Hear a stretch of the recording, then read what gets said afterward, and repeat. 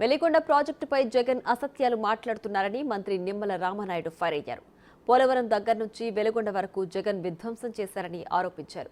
వెలిగొండ ప్రాజెక్టుకు సంబంధించి tunnel head regulator పని పూర్తి చేయకుండానే జగన్ నీళ్లు వదలొచ్చని ఎలా చెప్తారని ప్రశ్నించారు. రెండో టన్నెల్ పని పూర్తి కావాలంటే కనీసం ఏడాది సమయం పడుతుందని అన్నారు నిమ్మల. తప్పిదాలను ఇతరుల మీద నెట్టేసేటువంటి నీ విష ప్రయత్నాన్ని ఈరోజు ప్రశ్నిస్తూ ఉన్నాం పత్రికాపురంగా.